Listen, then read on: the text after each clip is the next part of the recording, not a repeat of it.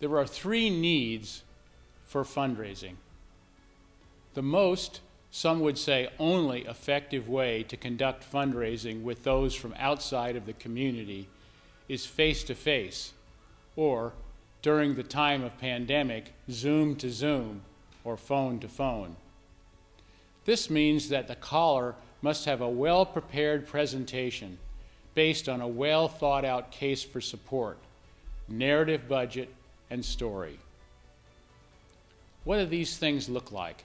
In a case statement, you state clearly and briefly who you are, that is, you personally and your community, what your mission is, the neighborhood or group on which you are focused, what problem you see, the solution you propose, what your solution costs, and how you want your prospect to get involved.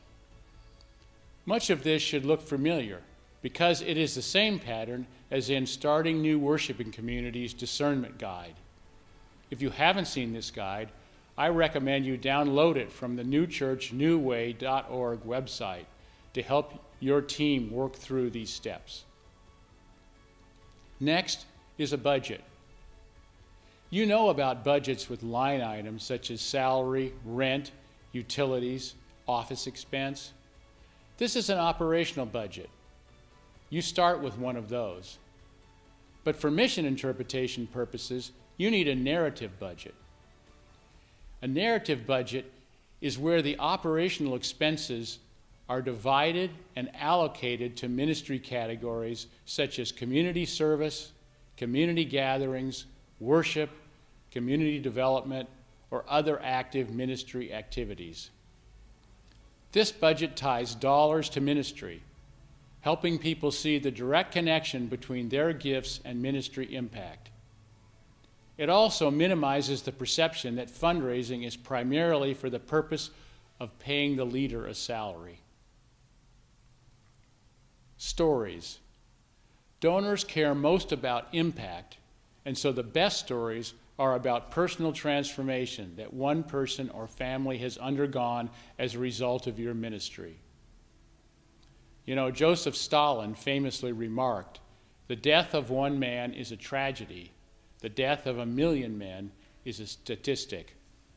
Tragedies move people, statistics don't. Not that you don't want statistics on your side, you just don't want to depend on them to receive a gift. Fundraising is about emotion, which is what stories about life transformation provide. And don't make the story about the great success you have had. Make it a story where there is space for the prospect to make a difference. The goal is for the prospect to be able to imagine taking personal action to participate in bringing transformation about. So how does one go about approaching the prospect? Armed with these essentials, you are now ready to develop and execute your action plan. A helpful template to use in developing a plan is the Ministry to Donors Action Plan. This plan is available on newchurchnewway.org and takes you through the following steps of execution. Send a letter or email and post on Facebook and other social media platforms introducing your community, providing a basic outline of who you are, what the mission is, and announcing what difference your community is going to make. Make sure all your prospects see the introduction.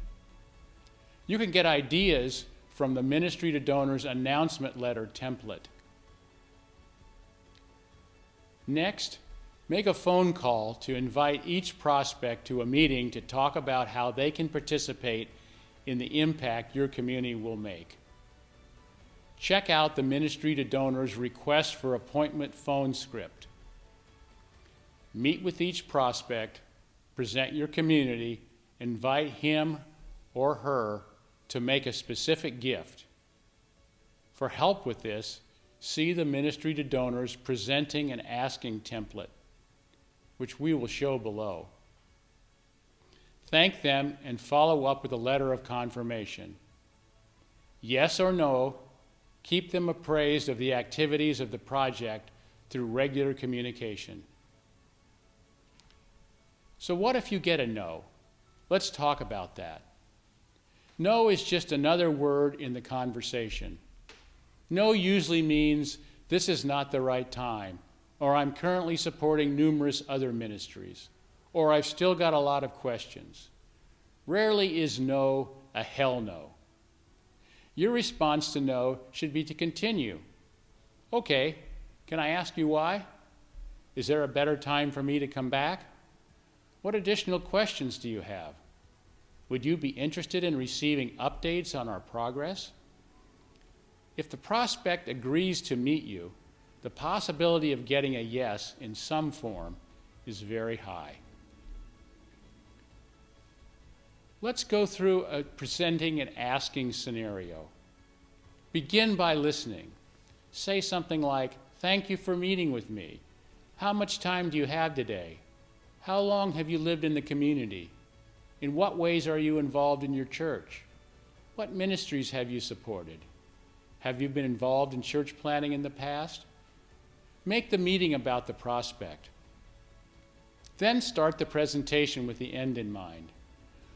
Say something like, "I'm here to seek your participation in the life-changing ministry that is happening right now in Pasadena through our community."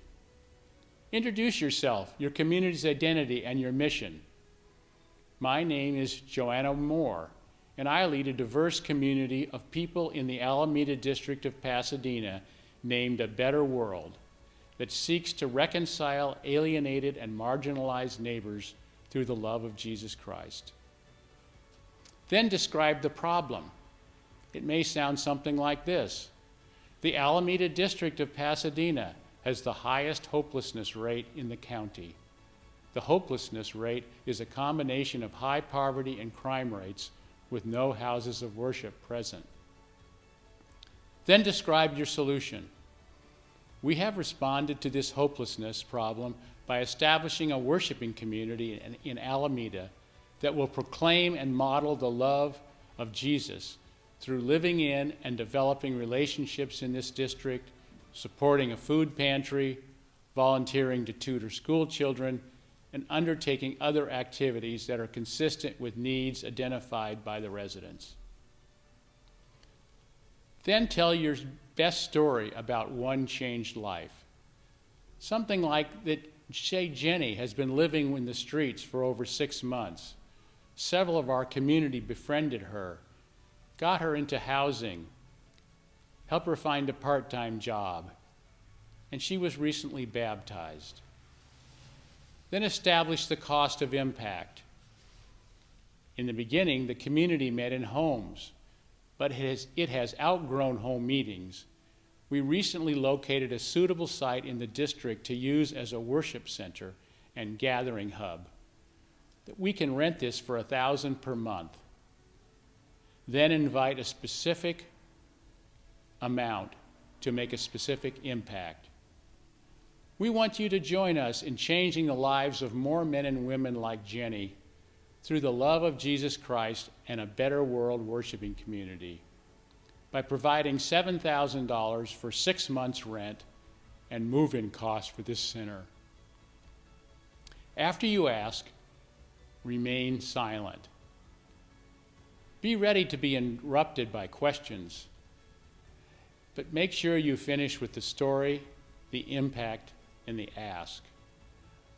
I like this presentation because it illustrates the power of specifics, the identity and mission of the community, the problem and solution, the emotional part through a story, followed by quantifying the impact and issuing of a scalable invitation. Next, say thank you and stay close. If evoking generosity is our goal, then gratitude must be our response, and not just in thoughts, but words. You know, it's amazing how many churches never provide a written thank you to their donors. How often giving does not receive an audible response. How frequently generosity is not received with tangible gratitude. In the words of Aristotle, A gift is not complete until the giver experiences joy. We should be concerned that those who give, both insiders and outsiders, experience joy as a part of identifying with the community. In terms of a joy hierarchy, these are the most impactful ways to say thank you: a personal handwritten note, a telephone call, an email or text, and a hand-signed printed note or letter. 1000 Runs uses a variety of these methods to thank donors, most frequently 1 and 2. You need to find your place on the list, but better yet, be creative. It's the best way to reinforce generosity and encourage continued commitment to your community. Regular communication is the key to any relationship, and it is so important to keep your donors engaged and enthusiastic about their commitment. Develop a pattern of sending an update on the ministry on a quarterly basis. Deliver this communication in different voices and spread the work around by having a different leader write each update. Feedback, they say, is the breakfast of champions. So don't let the opportunity slip away to keep your donors close to you through regular communications. Finally, how do you fit fundraising into your life? Many leaders see fundraising as a concentrated activity that one embarks on 3 to 6 months before their money runs out. For most, this is a recipe for failure. Leaders in the 1001 movement are fortunate that there is grant money available to get one started. As was said earlier, these grants are not meant to be a funding that sustains a community, but exist to give one a runway toward raising funds. Fundraising needs to be an ongoing activity that is pursued each week.